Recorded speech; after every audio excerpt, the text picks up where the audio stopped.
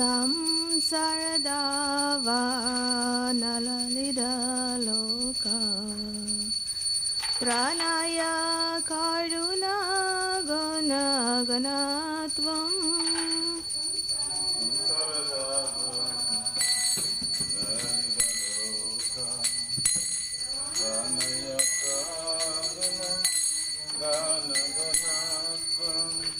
praptasya kalyana gunanavasya vande guru shri charanaravinam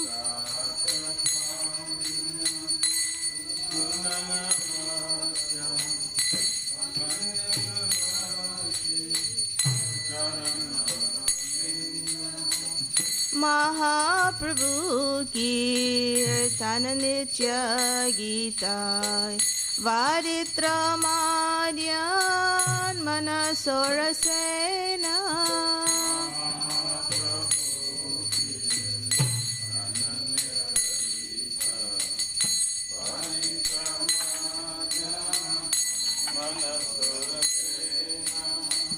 romancha kampa shutaranga vajo vande guru shri charanaravinda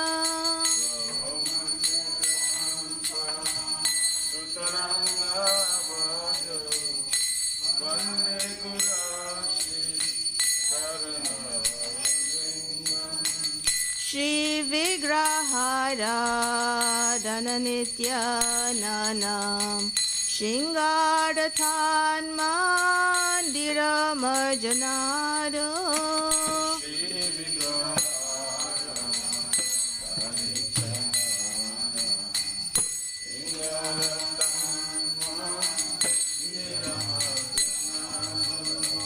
Yuktasya bhaktam saniyunjatopi Vande Guru Shri Charanaravinda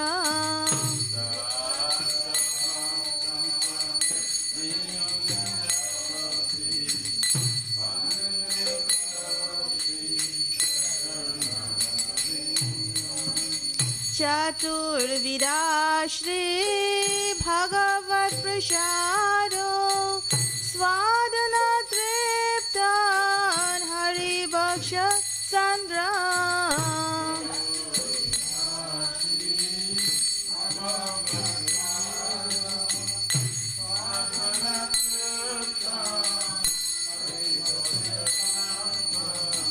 Kritraiva Triptim Bhajata Sadaiva Vande Guru Shri Charanaravinda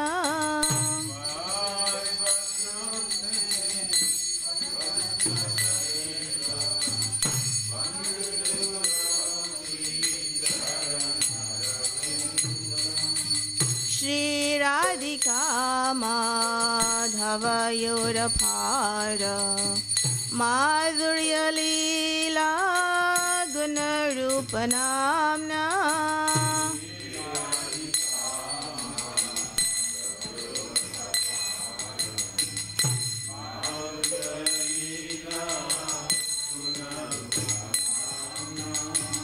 Pratikshana Svadana Lolupasya Vande Guru Shri Charanaravinda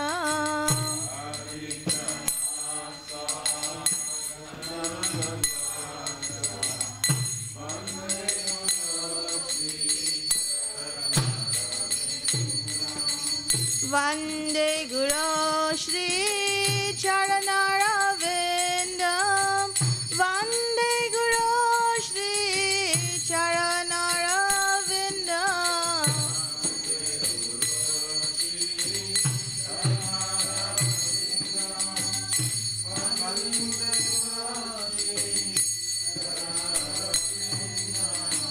Vande Guru Shri Charanaravinda Vande Guru Shri Charanaravinda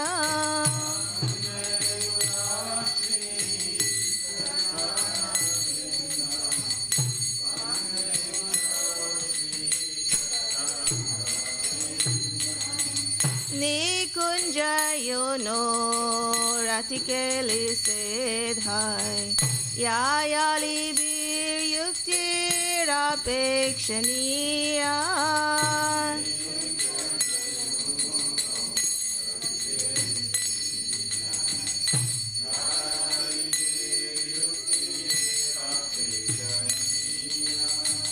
Tatrati Daksha Ativalabhasya Vande Guru Shri Charanaravinda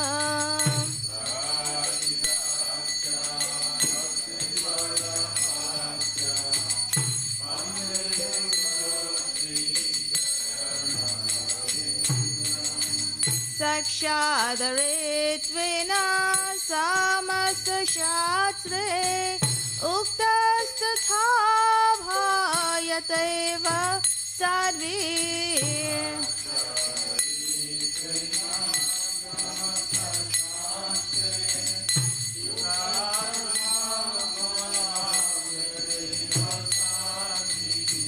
Kinto Prabhorya Priya Eva Tasya Vande Guru Shri Charanaravinda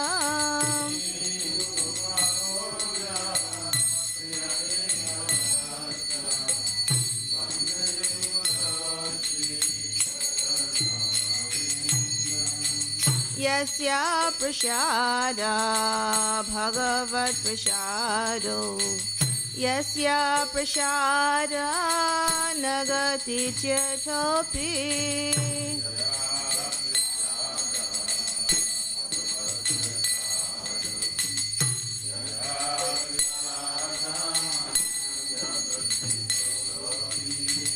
Jayam Stuvam Stasa Yasa Trisadyam Vande Guru Shri Charanaravinda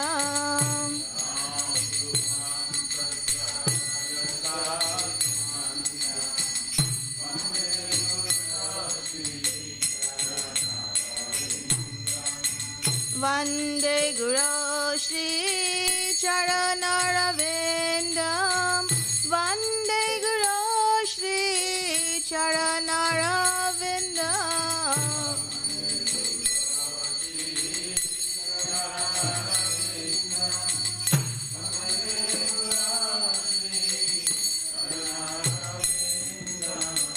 Vande Guru Shri Charanaravinda Vande Guru Shri Charanaravinda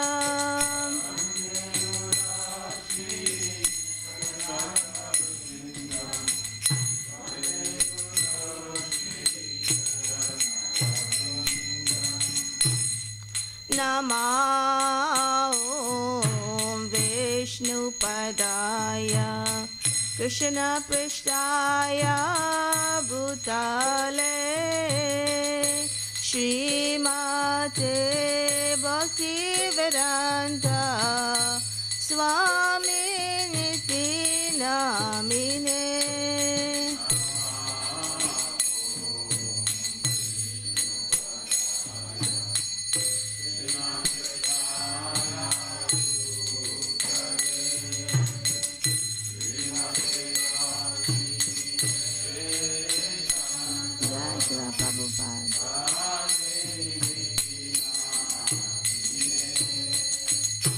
Namaste Saraswate Deve Gauravani Pracharine Nirvishesha Sunyavari Pastyatya Deshatharine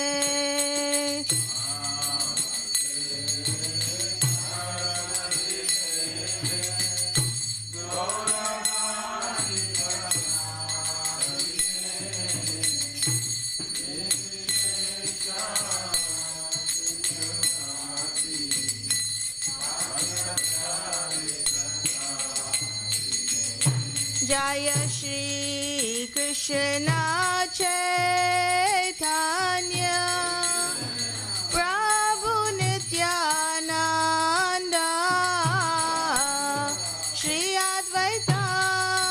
Gadadhar Shrivasari Gaura Bhakta Vrinda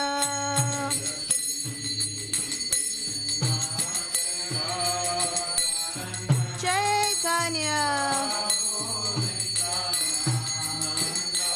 Nityananda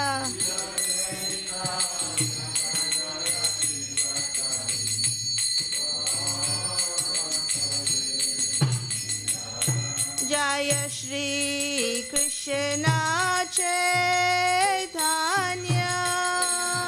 Prabhu Nityananda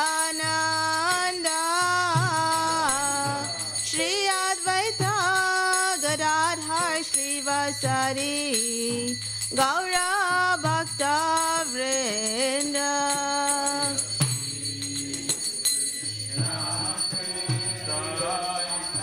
Chaitanya Nityananda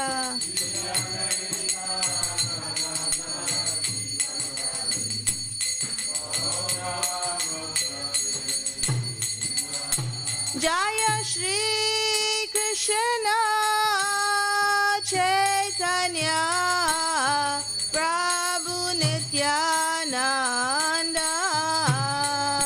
Shri Advaita Gadadhar Shrivasari Gaura Bhakta Vrinda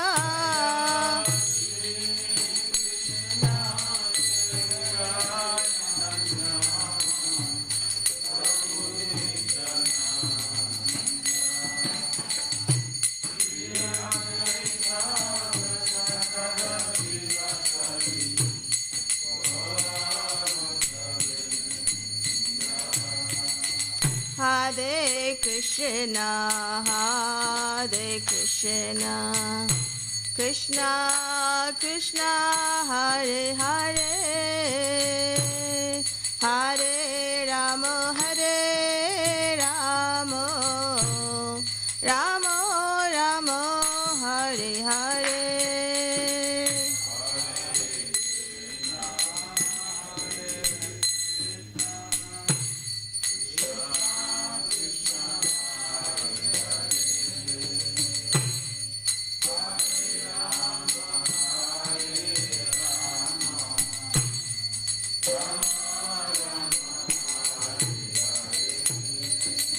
Hare Krishna, Hare Krishna, Krishna Krishna, Hare Hare, Hare Rama, Hare Rama, Rama Rama, Hare Hare.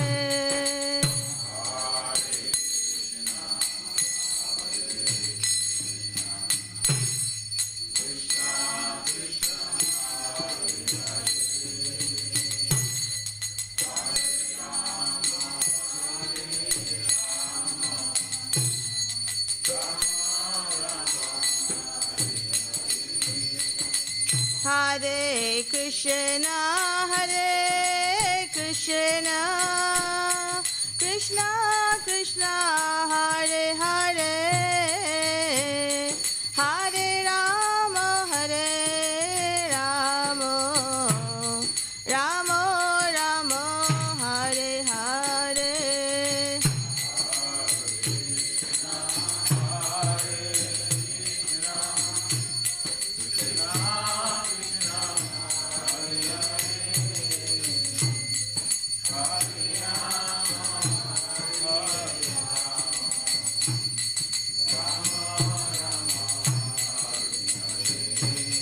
Hare Krishna, Hare Krishna, Krishna Krishna, Hare Hare, Hare Rama, Hare Rama, Rama Rama, Hare Hare.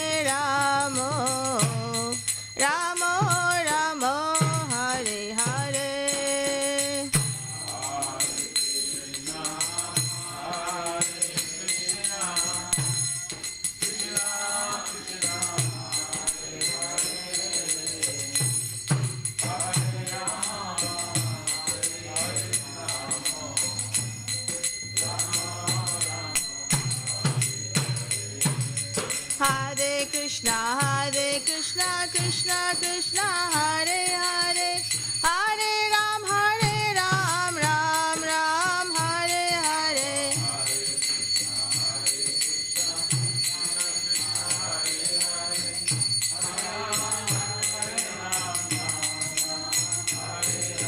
Hare Krishna, Krishna Krishna, Hare Hare, Hare Ram, Ram Ram, Hare Hare.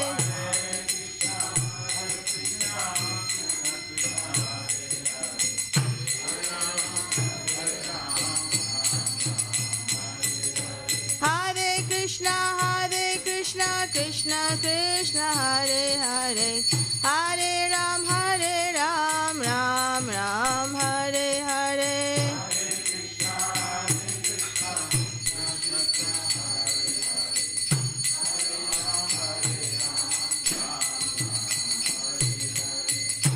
Jaya Radha Nila Madhava Radha, Nila Madhava Radhe.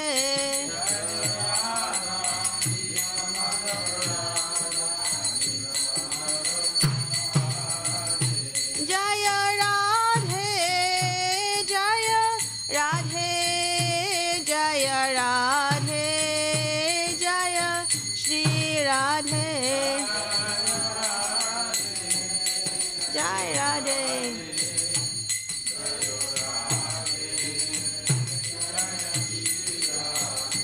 Jaya Jagannatha, Jaya Jagannatha, Jaya Baladeva, Jaya Subhadra.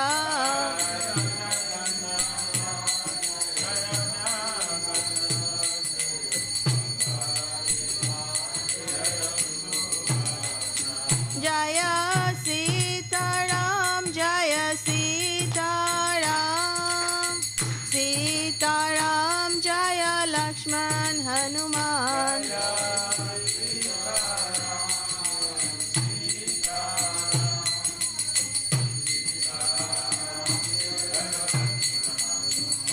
Jaya Lakshmi Narasingha, Jaya Lakshmi Narasingha, Lakshmi Narasingha, Jaya Lakshmi Narasingha.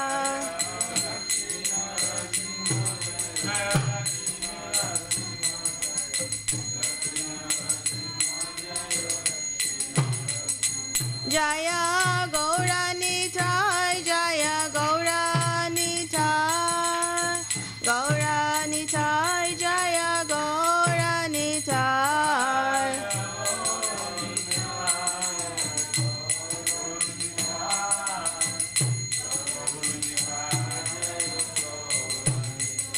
Jaya Prabhupada, Jaya Prabhupada, Prabhupada, Jaya Prabhupada.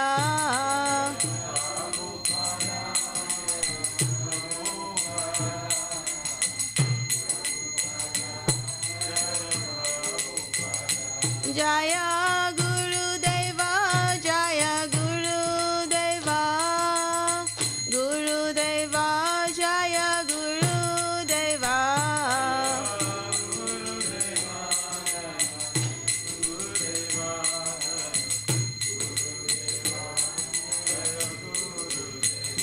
Nitai Gaura Hari Bol, Hari Bol, Hari Bol, Nitai Gaura Hari Bol, Bol, Hari Bol, Hari Bol, Nitai Gaur Hari Bol. Jai Vishwapar Paramita Purvajaka Sutta Srimad. His Divine Grace, Abhacharvinu Vedanta Swami Maharaj Srila Prabhupada ki jai. Iskan Pratishtha Bhiviti Samsta Bhakacharya Vaishnav Siramani Pavan Srila Prabhupada Ji Maharaj ki jai. Shri Gauriya Guru Varga Patiti Udhara ki jai. Shri Rup Sanatan Bhattar Gunath Jiva Gopala Bhatta Dasa Guna Sat Goswami Prabhu ki jai. Namacharya Shri Haridas Thakur ji ki jai. Ananta Kuri Vaishnavrind ki jai. प्रेम से कहो श्री कृष्ण चैतन्य प्रभु नित्यानंद श्रद्वैत गदाधाश बसरि गौर भक्त वृंद की जय। जय परम दयाल श्री नित्यानंद प्रभु की जय। प्रेम नाम संकीर्तन एक जनाक प्रेम पुरुषोत्तम श्री सचिनंदन स्मरण गौरंग श्री चैतन्य महाप्रभु गुरु हरि महावरनाय अवतार की जय। गोल के प्रमधान हरि नाम संकीर्तन जय की जय। जुग धर्म हरे कृष्ण महामंत्र की जय। Priyapananga translated to book distribution seva ki jai. Shishya Radha Krishna Gop Gopina Radha Kun Syam Kun Giriraj Govardhan ki jai. Shivra Japim Vrindavan Maturadam ki jai. The Lordship Shishya Radha Nilamadhava ki jai. Shri Mayapur Navadip Eka Chakradam ki jai. Shri Param Karuna Shri Gurnitaya ki jai. Shri Purushottam Kitra Jagannath Puridam ki jai. Shri Jagannath Swami Baladev Prabhu Devi Shri Krishna Chakra Bhagavan ki jai. Bhakti Sarva Vigna Vinashana Kari Shingare Bhagavan ki jai. Shri Bhavan Sitaram Lakshman Bhakta Hanuman ji ki jai. Jaganga Maya Jamuna Maya ki jai. Tulasi Maharani Vrindi Devi Bhakti Devi ki jai. Shri Mathura Dharani ki jai. Samaveta Bhakta Vrindi ki jai. Nitai Gaurari Pramanandi. All glories to the Son of God. All glories to the Son of God. All glories to the Son of God. All glories, all glories, all glories to Shri Guru, Shri Gauranga.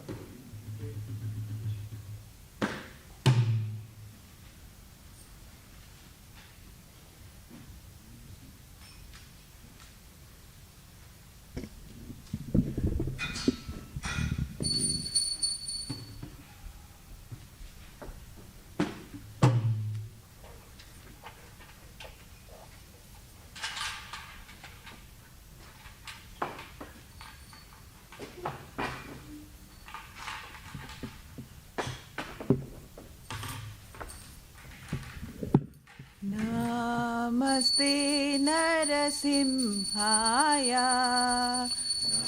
Namaste Narasimhaya. Prahlada Dadaine.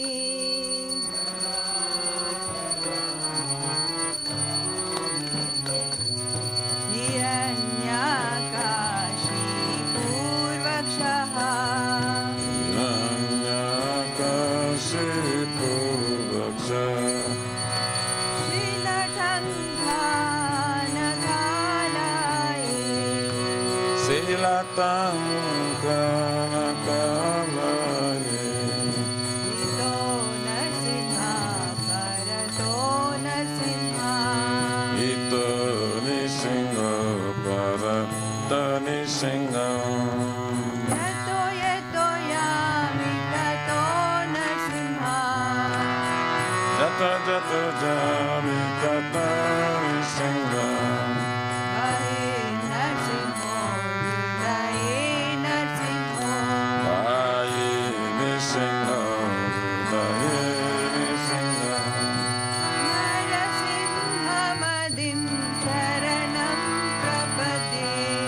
Narasimhamadi Saranam Prabhade.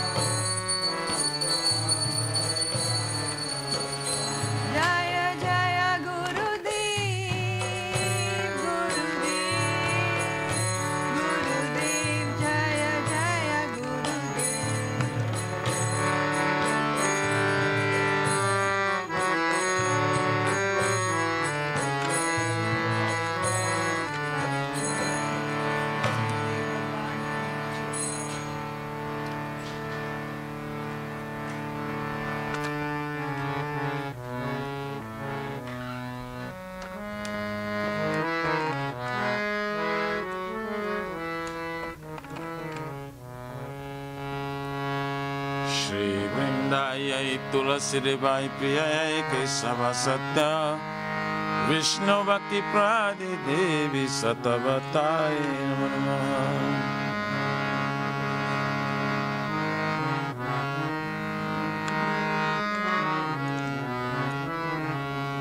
Vrindayai Tulasi Devai Priyai Kesava Satya Vishnu Bhakti Pradi Devi Satavatai Namo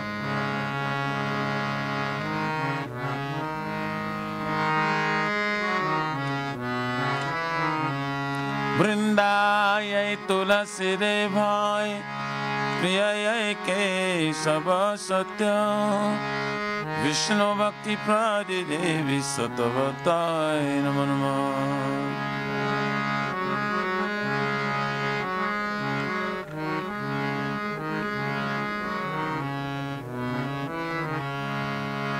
Srimati Tulasi Maharani Vrinda Devi Ki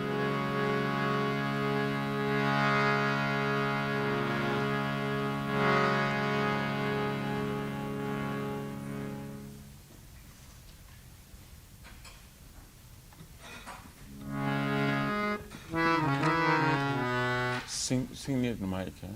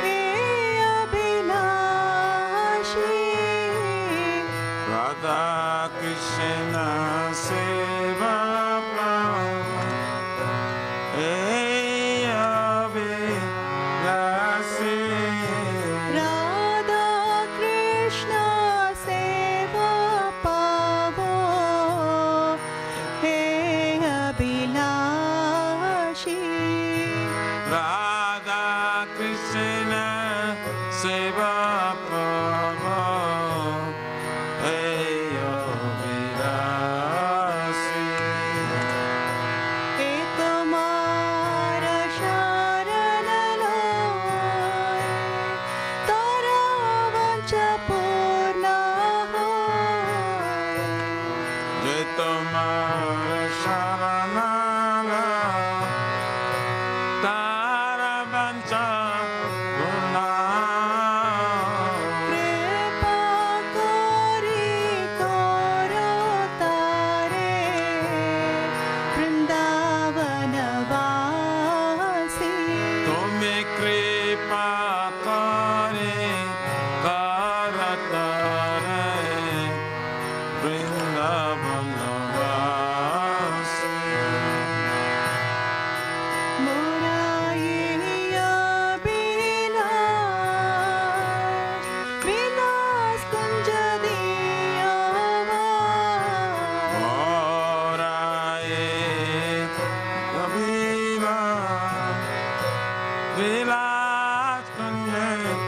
Diyoba Nayane heri bosada yugal ruparasi Aminayane Ribosada Jugalaruparasi Ehi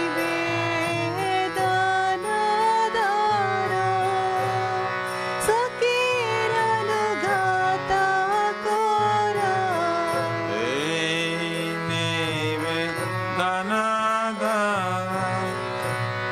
Sakirayano Vatakara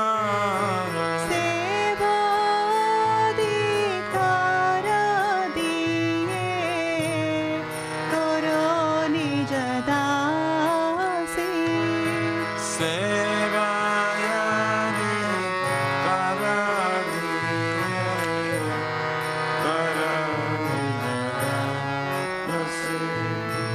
Dina Krishna dase koi namora hoy Dina Krishna Das Kaur Namora Shri Radha Govinda preme sada yena basi Shri Radha Govinda Preme Sadaye Navasi Shri Radha Govinda preme sada yena basi Shri Radha Govinda Preme Sadaye Navasi यानि कानि च पापानि ब्रह्म हत्याधिकानि च तानि तानि प्रणश्यन्ति प्रदक्षिण पदे पदे Kani kani sa papani Ramatari kani sa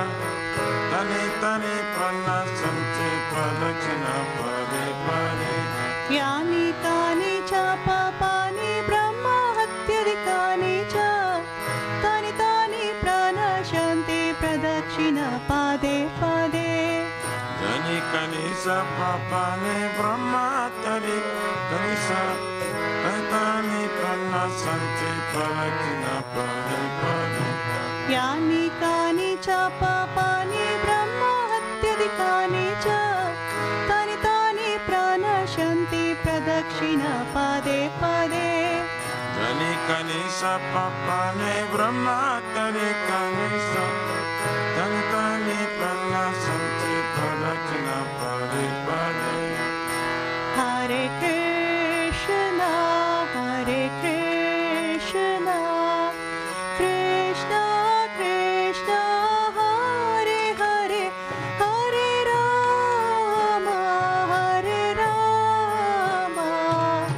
Rama Rama Rama Hare Hare Hare Krishna Krishna Krishna Krishna Hare Hare Hare Rama Hare Rama Rama Rama Hare Hare Hare Krishna Krishna Krishna Hare Hare Hare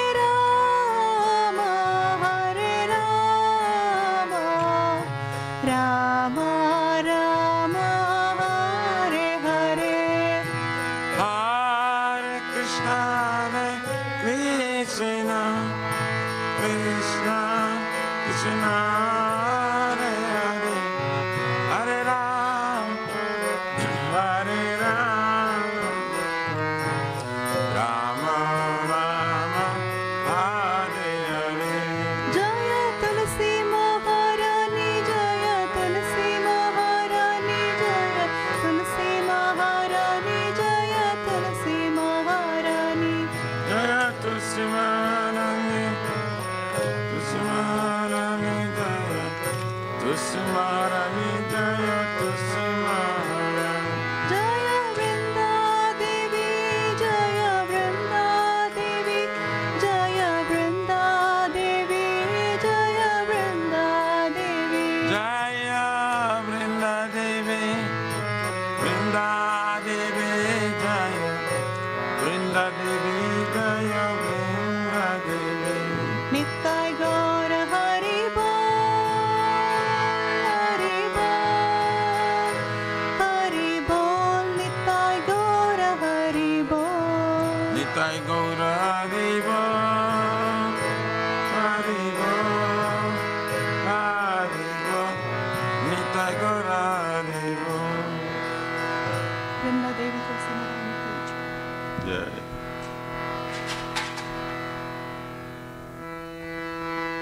Shri Vrindai Tulasi Devi Priya Kesava Satya Vishnu Bhakti Prari Devi Satavatai Namo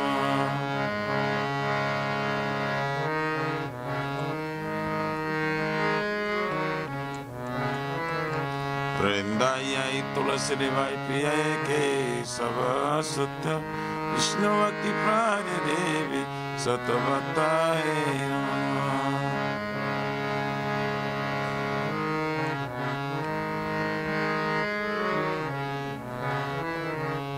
Vrindayai Tulasi Devai Priyayai Kesava Satya Vishnu Bhakti Pradi Devi Satavatai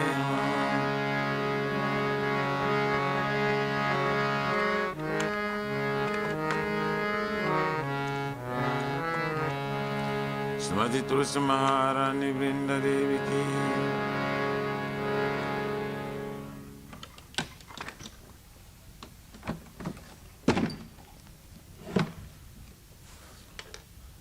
O Tulasi, beloved Krishna, I bow before you again and again. My desire to obtain the service of Shri Radha and Krishna. Whoever takes shelter of his wishes fulfilled, bestow your mercy upon him, you make him resident of Vrindavan. My desire is that you also give me a residence in pleasure groves of Shri Vrindavan Dham.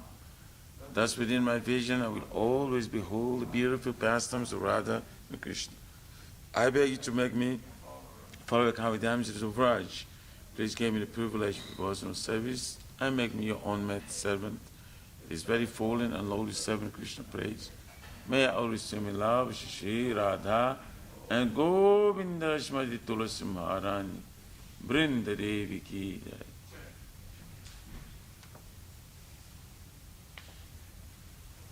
Sri Chaitanya Mahaprabhu Sri Krishna Kampi.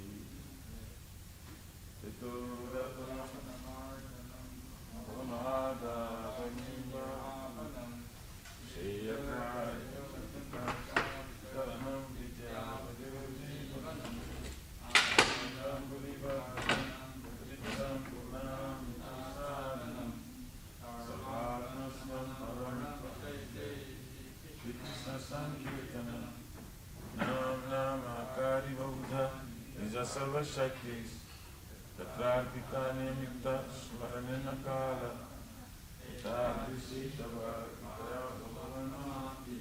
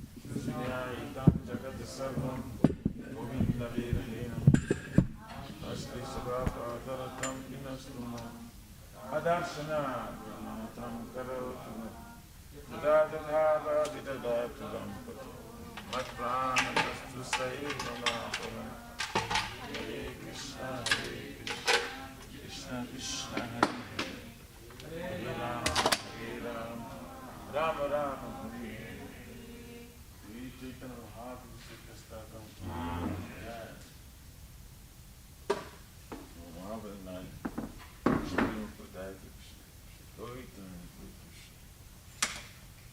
Glory to Shri Krishna, Sankirtana, which cleanses the heart with the dust accumulated for years, and extinguishes the fire of conditional life and defeated birth and death.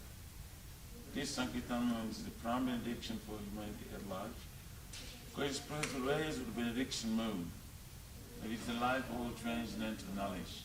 It increases the ocean of transcendental bliss, and enables us to fully taste the nectar for which we're always anxious.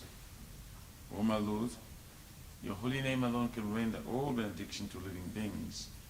And thus you have hundreds and millions of names like Krishna and Govind. In these transcendental names you have invested all your transcendental energies. It's not even hard and fast rule for chanting these names. O my Lord, out of kindness you enable us to easily approach you by your holy names. But I'm so unfortunate, they have no attraction for them. Once you chant the holy name of the Lord in a humble state of mind, thinking oneself a lower than straw in the street, one should be more tolerant than a tree, devoid of all sense of false prestige, and should be ready to offer all respect to others. In such state of mind, one can chant the holy name of the Lord constantly. O Almighty Lord, I have no need to accumulate wealth, nor do I desire beautiful women, nor do I want any number of followers. I only want your cause of devotional service both at your birth. O son of Maharaj Nanda Krishna, I am your eternal servitor. Yet some or other I am fallen in this ocean of birth and death. Please pick me up from this ocean of death and place me as one of the atoms at your lotus feet. O my Lord, when my eyes be decorated with tears of love, flowing constantly when I chant your holy name, will my voice choke up, and will the hairs on my body stand on end to the recitation of your name? O Govinda, feeling your separation, I'm considering a moment to be like 12 years and more. Tears are flowing from my eyes like torrents of rain, and I feel all vacant in the world in your absence. I don't know when that Krishna is my Lord, and you should remain so, even if some does not rightfully by his embrace, or makes me broken-hearted by not being present before me. He's completely free to do anything and everything, for he's always my worshipful Lord unconditionally. Jai Shri Shri Kestakam Ki Jai.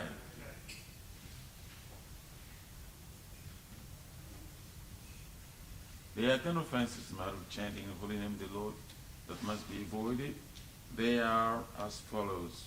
1.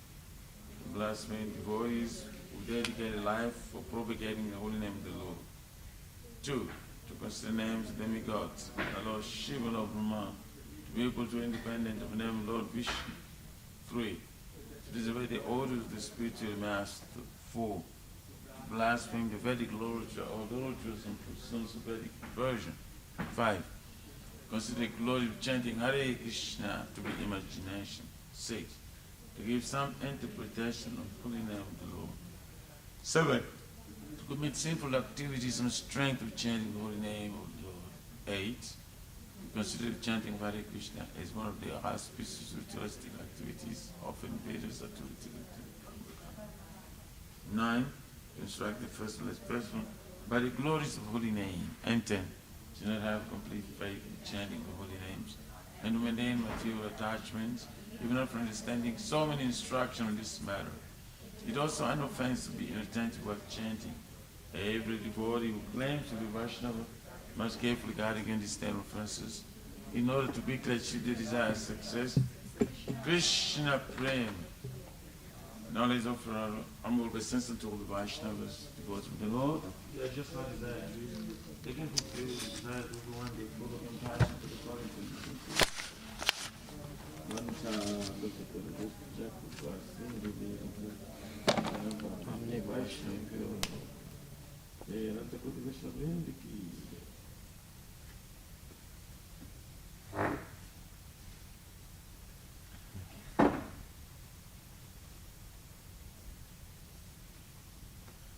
ओम नमो भगवते वासुदेवाय ओम नमो भगवते वासुदेवाय ओम नमो भगवते वासुदेवाय जन्माद्यस्य यतां वयरितरतश्चातिर्स्वविज्ञास्वरात् तेने ब्रह्मारुदय अधिकवये मोजन्ति जासूरया तेजो वरिमृदा यथा विनिमयो यत्र त्रिसर्गोर्मृष्या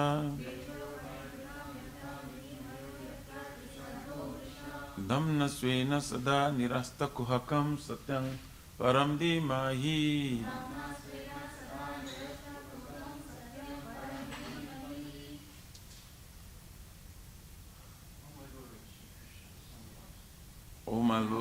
Shri Krishna, son of Vasudeva, O all-pervading personality of Godhead,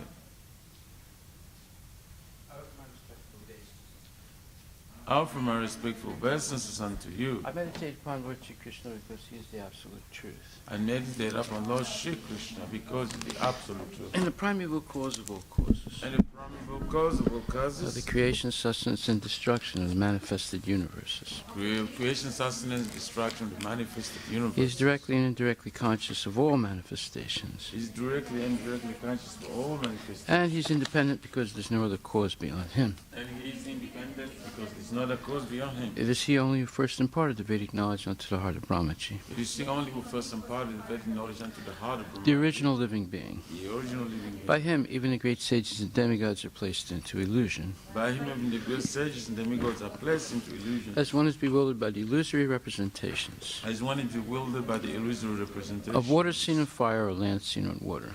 Of water seen in fire or land seen in water. Only because of him do the material universes. Only because of him do the material universe. Temporarily manifested by the reaction to the three modes of nature. Temporarily manifested by the reaction to the three modes of nature. Appear factual although they are unreal.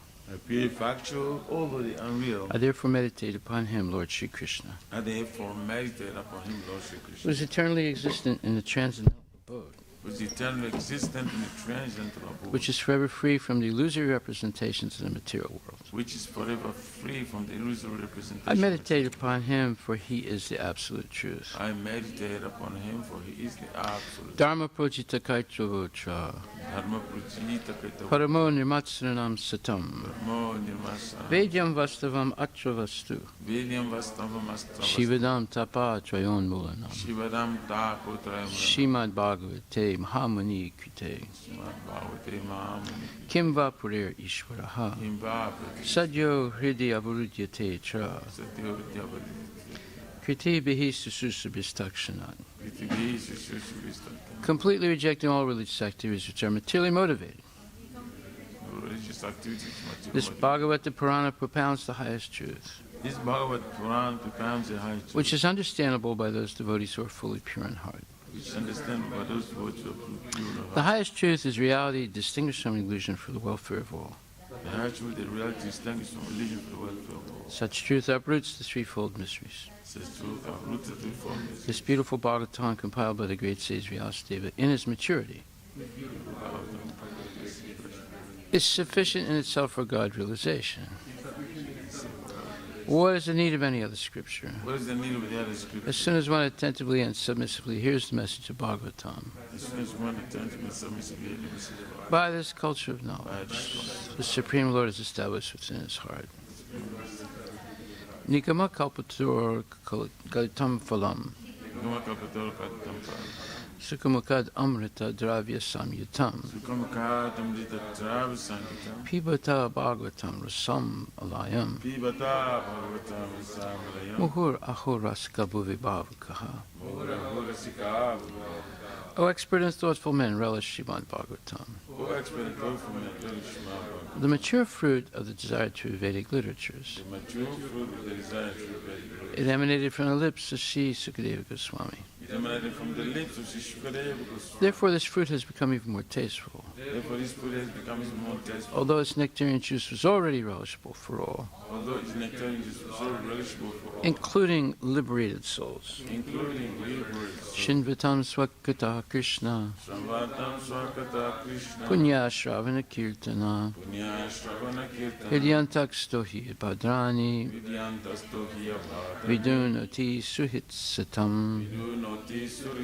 To hear about Krishna from Vedic literatures, or to hear from him directly through the Bhagavad Gita,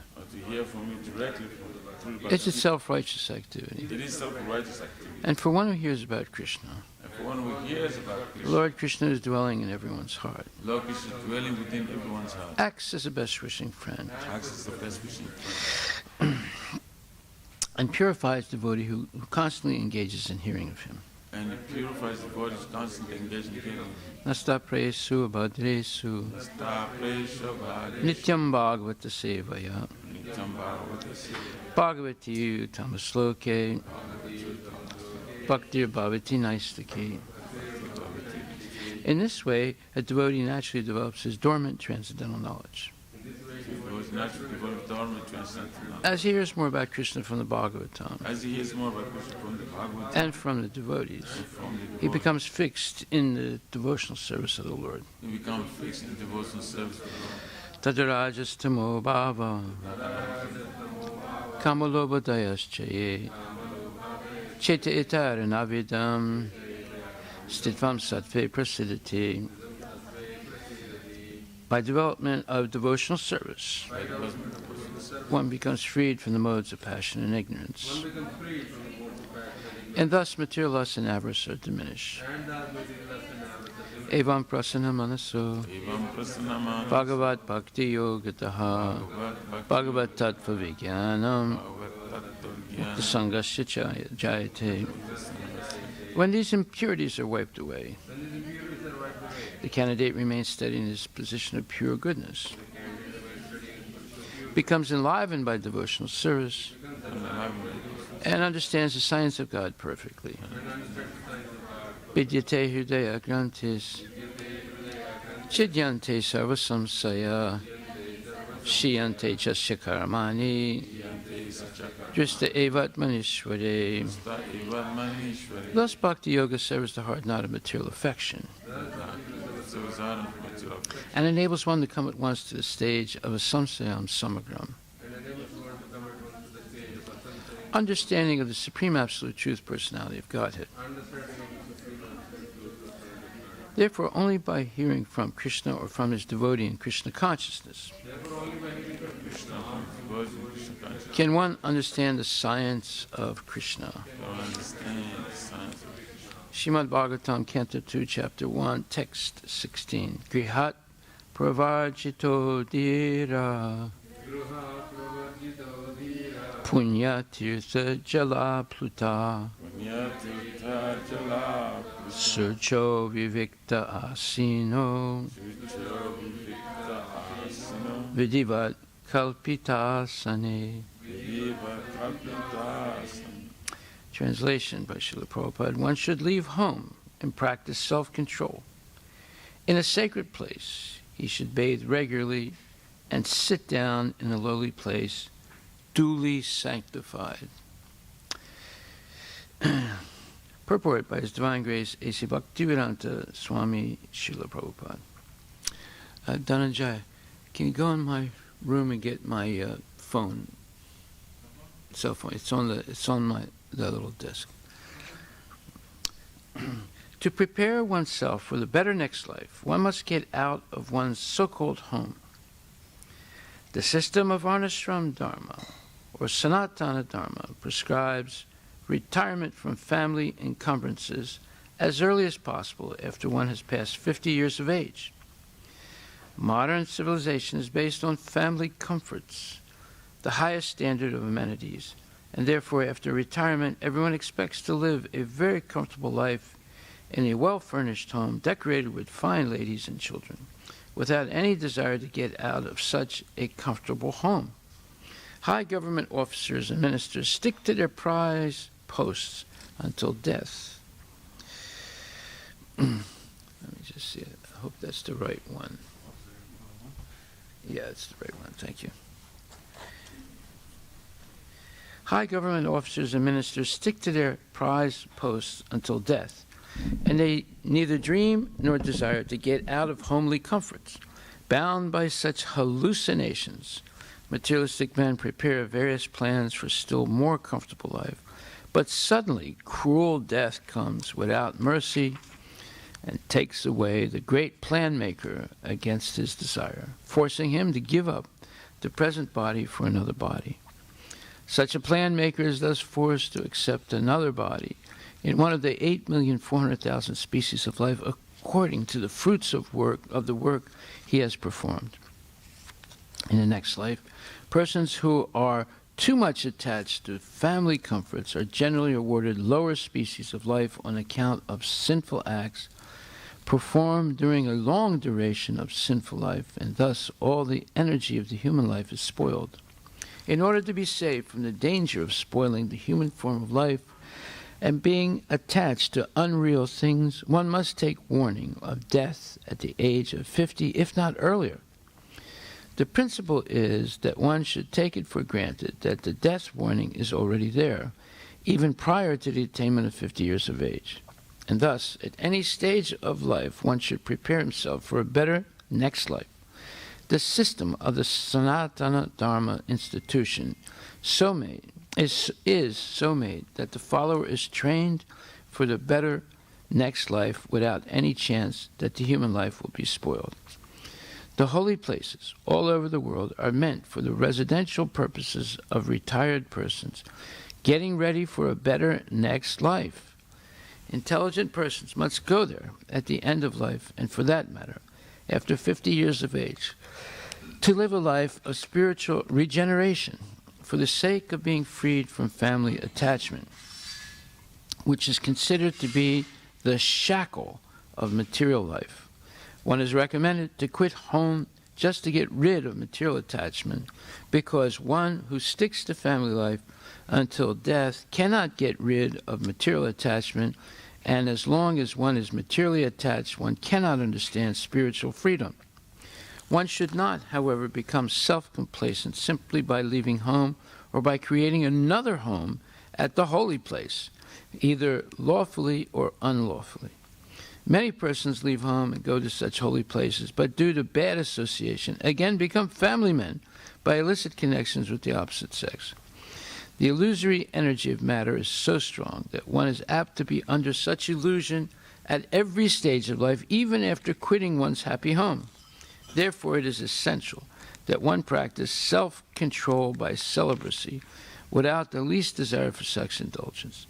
For a man desiring to improve the condition of his existence, sex indulgence is considered suicidal, or even worse. Therefore, to live apart from family life means to become self-controlled in regard to all sense desires, especially sex desires. The method is that one should have a duly sanctified sitting place made of straw, deerskin, and carpet, and thus, sitting on it, one should chant the holy name of the Lord without offense, as prescribed above. The whole process is to drag the mind from material engagements and fix it on the lotus feet of the Lord. This simple process alone will help one advance to the highest stage of spiritual success. Srila Prabhupada ki jai.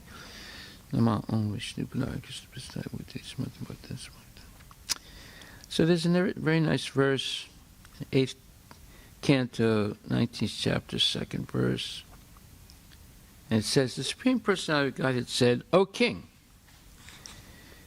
and speaking to Prahlad Maharaj, you are indeed exalted because your present advisors are the Brahmanas who are descendants of Bhrigu, and because your instructor for your future life is your grandfather. Oh no, I'm telling you, this is Krishna speaking to Bali Maharaj. Okay, and for your future life, and because your instructor for your future life is your grandfather, the peaceful and venerable Prahlada Maharaj. Your statements are very true, and they completely agree with religious etiquette. They are in keeping with the behavior of your family, and they enhance your reputation.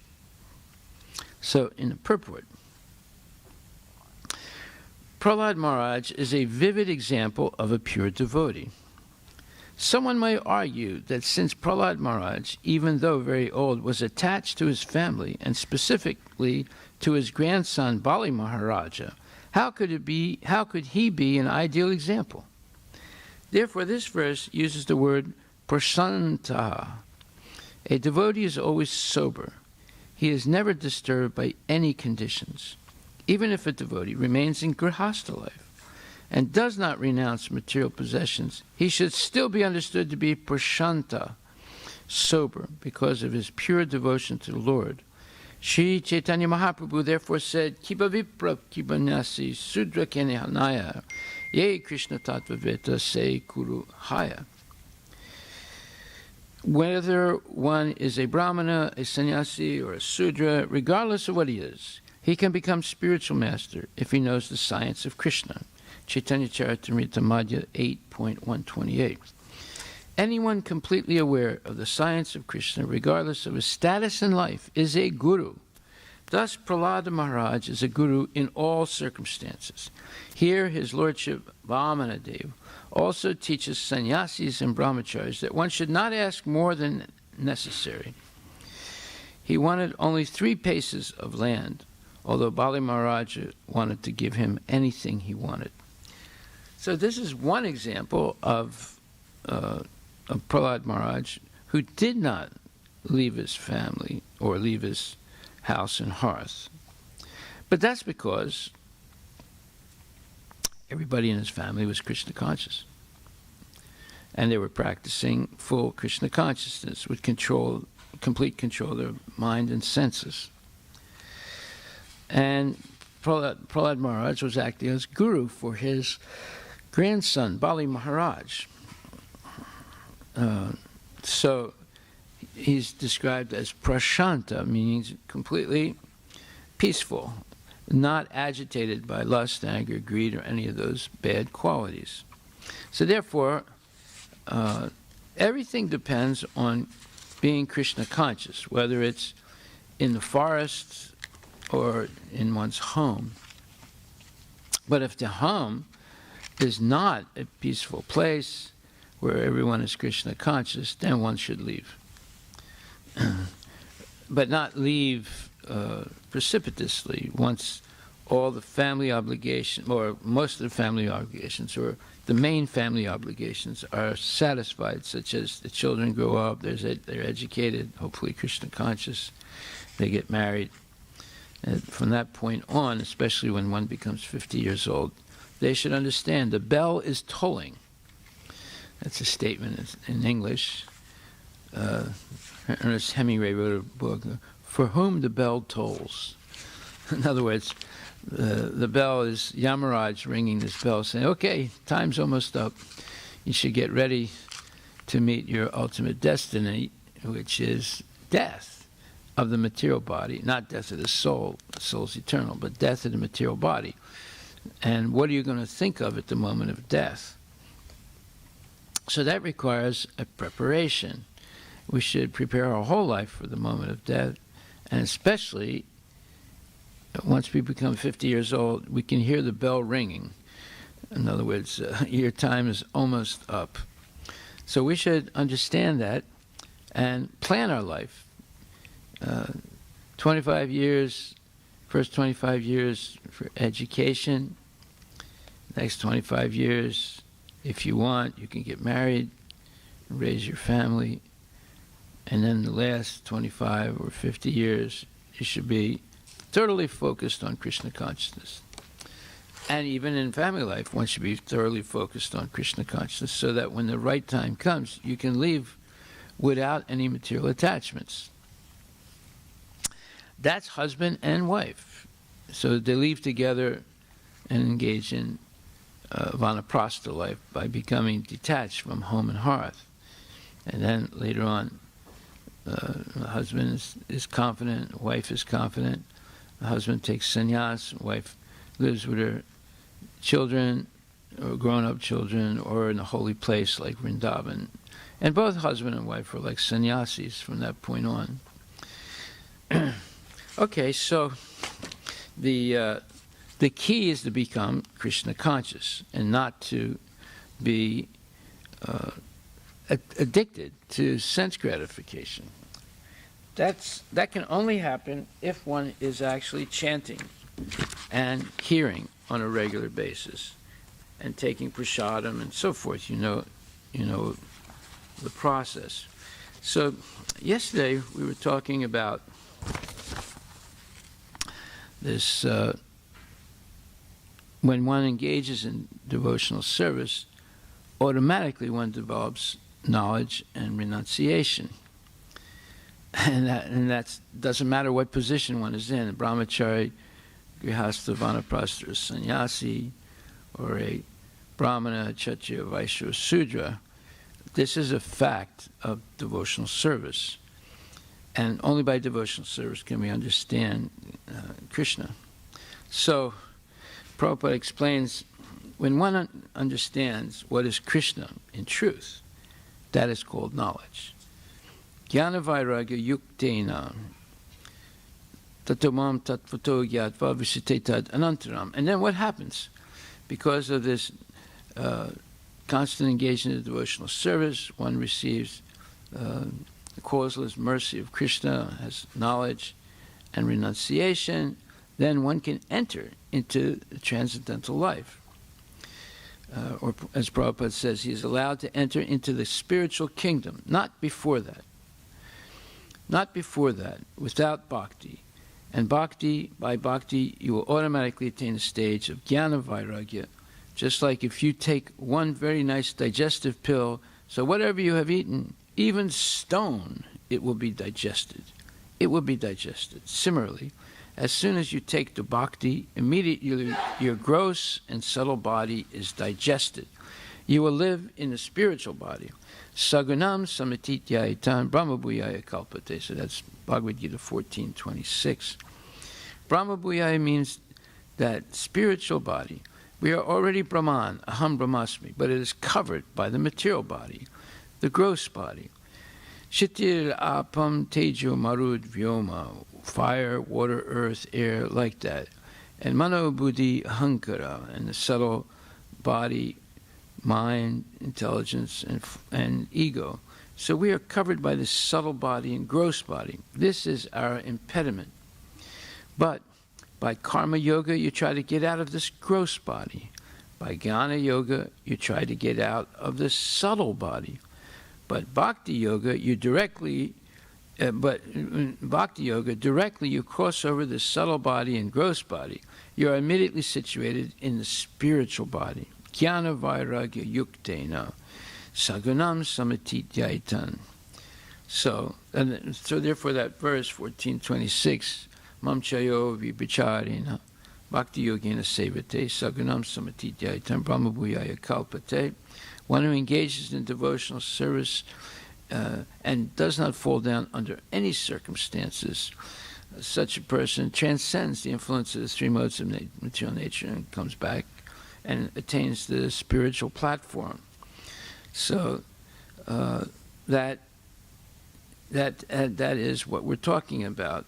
In other words, the body is created by the three modes of material nature, according to, as explained in Srimad Bhagavad Gita, Karanam Gunasangasya Sadasad Yoni Janmasu. We get different types of bodies on account of association with these material modes of nature, Sattva Guna, Raja Guna, Tama Guna.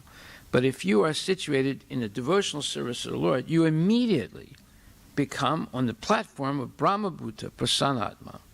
Bhagavad Gita 18:54. Immediately, Aham Brahmasmi. This is simply theoretical. That is theoretical knowledge, that I am Brahma. But when you are actually in devotional service, then that is practical. You are no more in the material platform. So most people, they study books, Vedas, and they can theoretically understand, I am not this body. But you can't practically understand it unless you engage in devotional service. So the bookworms are theoretical, and the devotees who engage in practical service are practical. They have realized knowledge, and from that point on, Krishna gives them knowledge. Let's say they're not smart enough to read Sanskrit, or they're not smart enough to read complicated philosophical books like Chaitanya Charitamrita or Nectar of Devotion or even Bhagavad Gita. That's okay. Simply engaging in devotional service, they will get the causeless mercy of Krishna. In other words, it's not because they know Sanskrit or they're highly intelligent or have PhD degree. It's because they're engaged in practical devotional service. Krishna gives them the knowledge and the renunciation. Therefore, that gross and subtle body melts away and one becomes established in the spiritual platform. And their body and the senses become spiritualized, even though it's material. Just like an iron rod becomes fireized by putting it in the fire. And pretty soon, when you take it out of the fire, you touch something and it burns. You touch something with the iron bar and you can set it on fire. So the iron bar becomes fire by being put in the fire. In the same way, the devotee becomes completely purified by engaging always in devotional service. So we're not theoretical. Bhakti is practical. We should understand that. But when you're actually in devotional service, then that is practical. You're no more on the material platform. You are on the Brahman platform. Brahma Bhuta Prasanatma Naso Chatina Kanksati Samak Sarve Subhutesu Mad Bhaktim Lapate Param. So the symptom of someone who is situated on the Brahman or spiritual platform is no more lamentation, no more material desires or hankering. One has replaced those material desires with spiritual desires to please Guru and Krishna. And then, Samak Sarve Subhutesu, you are equal to all living entities, friend and enemy.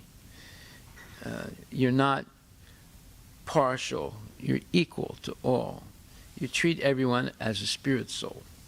Not that this one is a corrupted spirit soul, is a nonsense, is a useless person. No.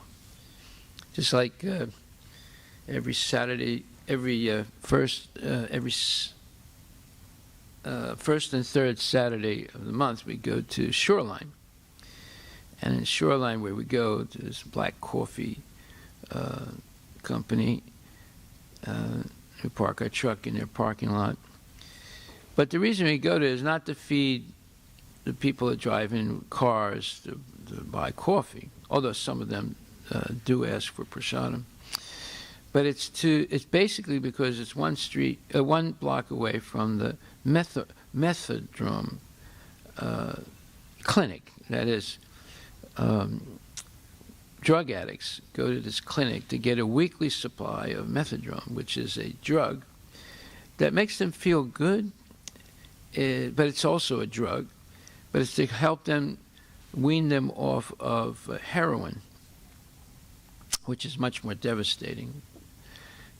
So these are all drug addicts, and they really appreciate prasadam, and then we also give them socks and gloves and toothpaste and that product that keeps your hand warm, and whenever we have them, and towels and different things, and so they really appreciate it.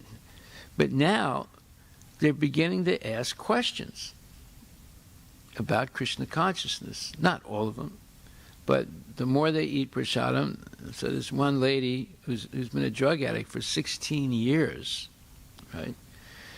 And she lost possession of her child. She can only see the child once a week under supervision and things like that. But she started asking some serious questions, and so I gifted her, a higher taste book, and then on chanting booklet, pamphlet, and then she said, "I'm going to read this." And I said, "Look, you can heal yourself. It's possible to get off these drugs." She's not only taking methadone; she's taking what's called benzodiazepines, which is a whole class of very sophisticated, highly addictive drugs that almost 50% of this country is at one time or other taking those types of drugs. 50% of the population, to calm them down, to make them feel good, but it's highly addictive. Once you get on it, it's almost impossible to get off. So I told her it's possible you can get off these drugs, but it takes a long time, and you have to be very disciplined. But I said, but if you chant this mantra, Hare Krishna, it'll help you develop that discipline and patience to gradually get off the drugs. And then I explained some other things to her. And she told me, I think I was destined to hear this, because this is what I want to hear. And I said, look, don't think that overnight you're going to stop being addicted. It's going to take time, but you're going to need to have patience and determination that you can do it. And I told her, just like whoever made the lock also made the key to open it or close it. So I said, God has given you every facility. If you want to be a drug addict, he helps you become a drug addict. If you want to get off the drugs, he'll help you get off the drugs. You just have to want that really hard. And I said, you should be meditating on your child, how to get your child back. She said, wow, how do you know all these things? I said, I'm not a prophet. I can't read the future. I just read the present. In the present, you're suffering. That's because you must have committed many sinful activities before.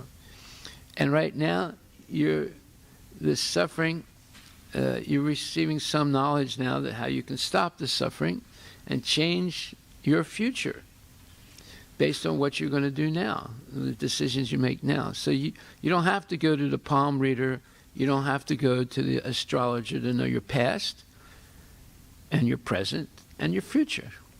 You know by the fact that you're suffering now that you committed many sins in the past. And now you know that if you stop sinful activity, your future will be completely different. So you can tell what your past is by what's happening to you now, and you can know what your future is if you engage in Krishna consciousness. And you know also that if you don't change, then in the future you're going to suffer like you're suffering now. So you don't have to go to a palmist. You don't have to go to an astrologer to know past, present, and future. This is explained in the 6th canto of Srimad Bhagavatam, the story of Ajamila, how you can know past, present, and future just by analyzing your present. Right? So this is very interesting. So now, Prabhupada says, so long you are in the subtle body and gross body, then you are suffering under the 3 modes of material nature. The body is created by the 3 modes of material nature according to Karanam Gunasangasya Sadasad Yoni Janmasu. We get different types of bodies on account of association with these material modes of nature, Sattva Guna, Raja Guna, Tama Guna. But if you are situated in a devotional service to the Lord, you immediately come on the platform of Brahma Bhuta Prasanatma. Immediately, Aham Brahmasmi. This is simply theoretical. That is theoretical knowledge, that I am Brahma. But when you are actually in devotional service, then that is practical. You are no more on the material platform. You are on the Brahman platform, Brahma Bhuta Prasanatma. So by being situated on the spiritual platform, automatically you achieve your original status, your constitutional position, Brahma Bhuta Prasanatma.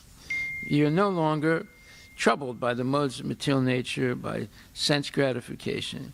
Then you're able to enter into the kingdom of God or the spiritual world. Tato mam tattvato gyatva. So bhaktya mam abhijananti yamanyasjasmi tattvato. Tato mam tattvato gyatva vishatetad anantaram. Srimad Bhagavad Gita 1854. Here also it is said, pravisanti akutobayam. Pravisanti, you have entered. You are not destroyed. Just like we are pravisanti in different types of body and material existence, tata dehantara prapti, Bhagavad Gita 2nd chapter, 13th verse, we're changing bodies. We're getting situated in different bodies. So when you are free from this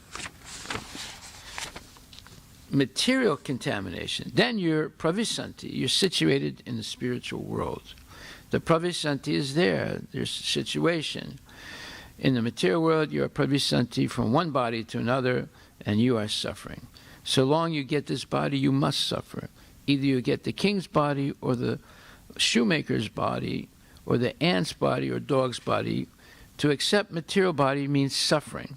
There cannot be akatobayam, free from fear. Unless you enter into the spiritual world with your spiritual body, there's no question of being free of fear and anxiety. So that akatobayam is possible when you are practiced in bhakti yoga. Vasudevi Bhagavati, Bhakti Yoga Prayojitaha, Jnanayat Yasuvairagam, Jnanam Chaya, the height to come. If you engage yourself in devotional service of Vasudeva Krishna, Vasudeva, Om Namo Bhagavate Vasudevaya. If you enter, then Vasudeva Bhagavati in devotional service. Vasudeva means the Supreme Personality of Godhead, Bhakti Yoga Prayojataha. If you apply yourself to devotional service, engage yourself in Bhakti Yoga, then Janayat Yasu Vairagyam, immediately you'll get this knowledge and renunciation, cause and effect. The cause is devotional service, the effect is knowledge and renunciation. As soon as you engage yourself in devotional service of Vasudeva under the direction of Shastra and spiritual master, then Janayat Yasu Vairagyam, you get knowledge and renunciation. As you are practically experiencing that since you have come to Krishna consciousness movement, you have no more interest in material activities, no more interest. That is Vairagya, renunciation. You are simply meant for service of Krishna. That is jnana, knowledge. In this way, if you want actually to be fearless and enter into the spiritual life or spiritual kingdom, back to home, back to Godhead, then you have to accept this bhakti yoga process. And it is very easy. Then you become fearless and your life is successful. Wow, what an amazing lecture by Srila Prabhupada. And we should take it to heart. So, we're in this material world, we're being bombarded with false knowledge, so-called knowledge. Actually, it's like a bottle that has a label on it, nectar, but when you drink it, you start dying and choking because it was actually poison. That is material knowledge. It's all poison. It poisons the mind. It poisons the body. And then it's just like the vacuum cleaner salesman. He knocks on your door, and you answer the door, and you say, yes. You say, oh, excuse me. And then he throws a bag of dirt into your house. And then he barges in and says, don't worry, I'll clean this up with this amazing vacuum. And now he cleans it up with the vacuum and then convinces you to buy the vacuum. So first he threw the dirt, and then he barged into your house and cleaned it up with his vacuum, and now he sold you the vacuum. You see, this is what they do. They, first of all, make this COVID-19 bacteria or virus in some chemical laboratory, spread it around the world, and they say, don't worry, we'll make a vaccine. See? So what happens? By creating the problem, they so-called create the vaccine, and they make billions of dollars. You know, so far they've inoculated 80 million Americans, but now they're getting ready because there's more than 300 million Americans. Now they're getting ready to vaccinate all the rest of the country. You know how much money that means? You know, it's a huge amount of money. It runs into hundreds of billions of dollars, right? So this is big business. Just like the vacuum cleaner business. First he throws the dirt, then he barges in and cleans it up, and you end up buying the vacuum cleaner, you see. So this is material life. But however, if you always live dependent on the mercy of Krishna, and you follow the rules and regulations, you know, Krishna consciousness is purification. That's what it is. You purify the body, you purify the mind, you purify the intelligence, you purify the false ego, and now you come back to the spiritual platform. And the spiritual platform is eternal life. So why should we purposely contaminate the body by eating nonsense things and doing nonsense things with our body, you know, all kinds of different sense gratification, and then hearing nonsense things that poisons the mind. You know, we come from monkeys, everything started by Big Bang, and there's gender fluidity, and then there's nothing after death, And, you should enjoy yourself. Don't listen to what Hari Vilas says. You'll be engaged in devotional service all the time. Go take a vacation every once in a while. Go to Disneyland. Go to Montana. Go to Yellowstone Park. Go here. Go there. You need some vacation, some downtime, right? They're actually devotees preaching this. The downtime devotees, right? Yeah. They actually preach. Don't always listen to what Hari Vilas says. You'll be running around all day long. This festival, that festival, and do this thing and do. Take it easy. Take it easy, right? You need some vacation. But yet Prabhupada says that there's no vacation in Krishna consciousness because it's all blissful. Why do you need a vacation if you're already in bliss? Right? Savai pumsa paro dharma yato bhaktira hoksite ahaitu kiya patihatra yayat master prasiddhi. So this verse is very important because it explains that there's no vacation. Let's see where it says that. It's very important. That's Bhagavad Gita first canto, 2nd chapter, verse number 6. So the word apratihatra, that means no vacation in Sanskrit. It says, apratihatra means unbroken, and ahaituki means causeless. So that's what happens when one attains the goal of life, which is loving devotion unto the transcendental Lord. Such devotional service must be unmotivated and uninterrupted to completely satisfy the self. So if someone is preaching, take a vacation, they're violating this verse because it says that devotional service should be uninterrupted, right? Unbroken. Okay, so then there's something else that I wanted to quickly discuss because it's very important. And that is, where is that? Right in the introduction to the Bhagavatam, first canto,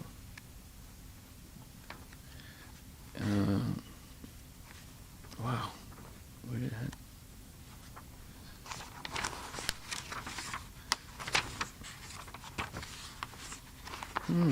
Interesting.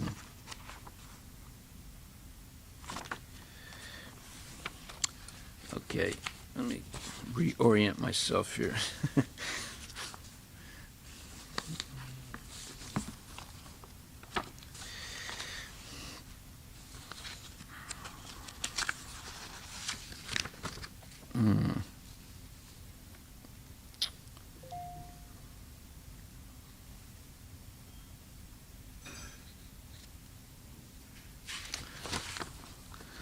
Okay, so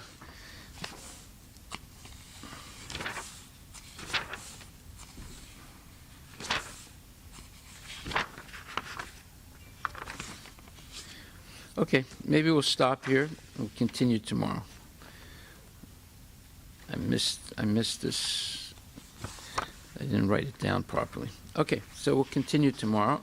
Oh no, I found it. Oh, sorry. Okay, so Prabhupada explains something extremely important in the Canto 1, Chapter 1, verse number 1 in the purport. Right at the end of that purport, he says, conditioned souls beginning from Brahma, who engineers the entire universe, down to the insignificant ant, are all creating, but none of them are independent of the Supreme Lord. The materialist wrongly thinks that there is no creator other than his own self. This is called Maya, or illusion. This is what they teach in school. There's no God, there's only science, and we are perfecting the science, and one day we will be God, because we will also be able to create life. We're right on the verge of it right now. And very soon, maybe by 2150, death will be optional. Remember, I read about that, right? This is what they're saying. And this is what they're teaching kids. Because of his poor, this is called Maya or illusion. that there's no creator other than oneself. Because of his poor fund of knowledge, the materialist cannot see beyond the purview of his imperfect senses, and thus he thinks that matter automatically takes its own shape without the aid of a superior intelligence. This is refuted in the sloka by Srila Vyasadeva. In other words, the sloka that we repeat every day, the first sloka of Srimad Bhagavatam. Since the complete whole, or the absolute truth, is the source of everything, nothing can be independent of the body of the absolute truth. So that's a paraphrase of part of the first mantra that we recite every day, which says that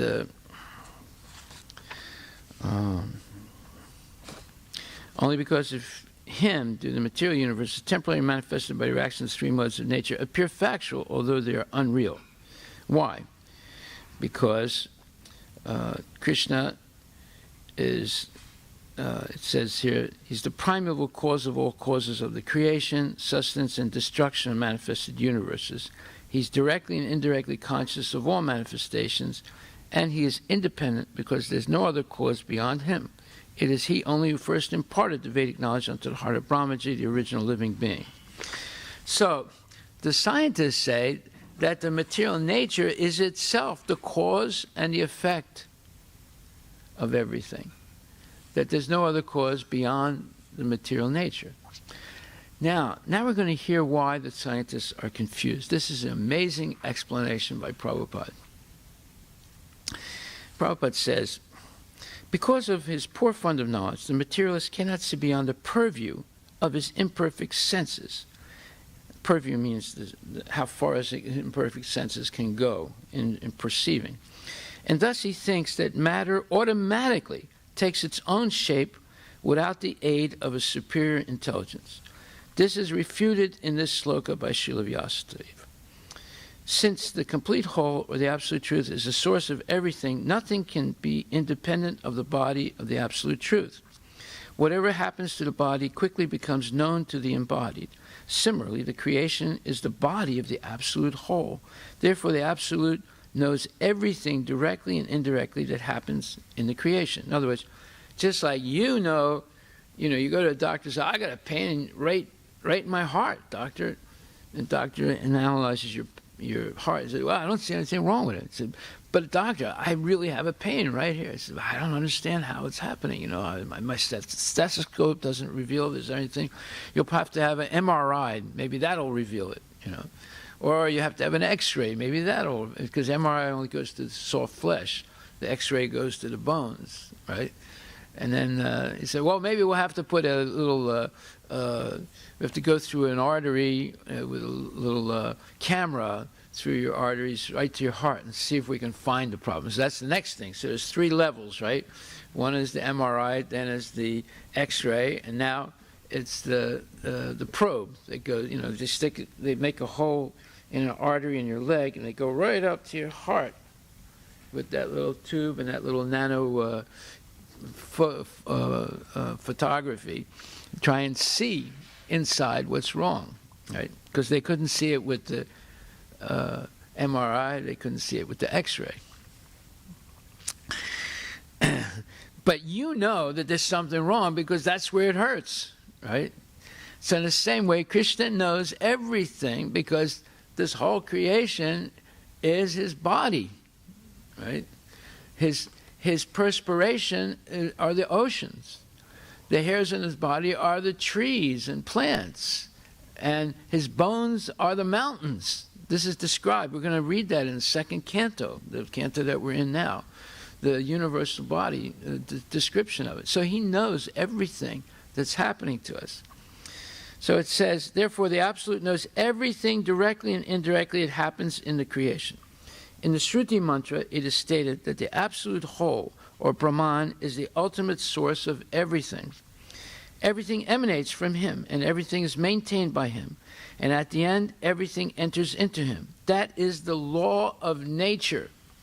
So this is an important thing to understand what the laws of nature are. We know what the laws of the state of Washington are. We know what the laws of the federal government are.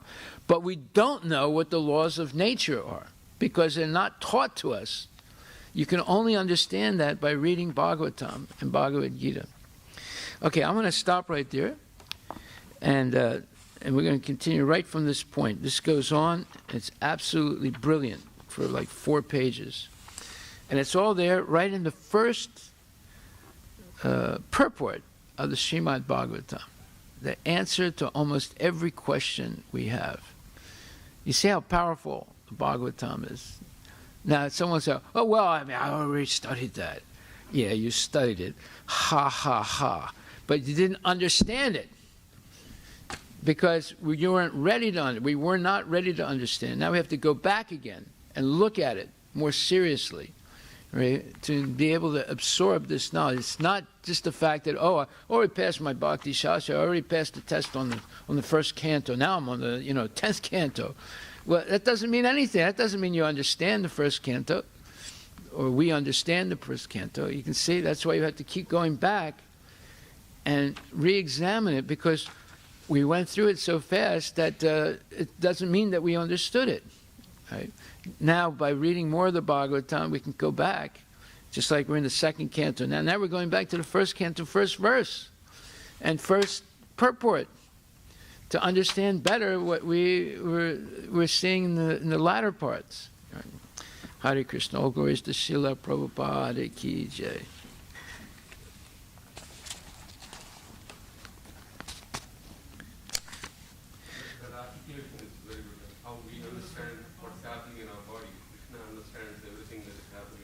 Yeah, and how if you understand what's happening to you right now, you can understand your past, your present, and now you can also understand the future.